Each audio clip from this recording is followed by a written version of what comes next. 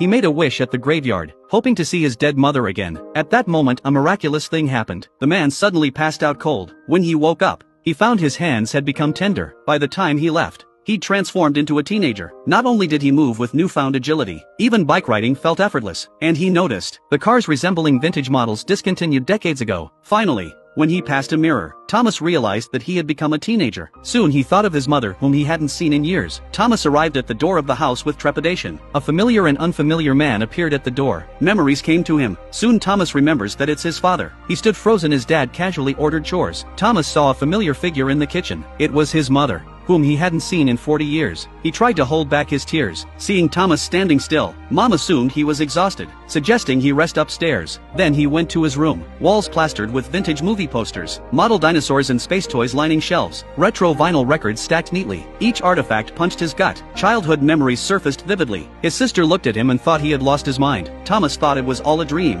that he would wake up after a nap. But he slept through the evening meal, only to find that his parents and sister were still with him. Thomas had a lot of questions in his head. Was it really not a dream?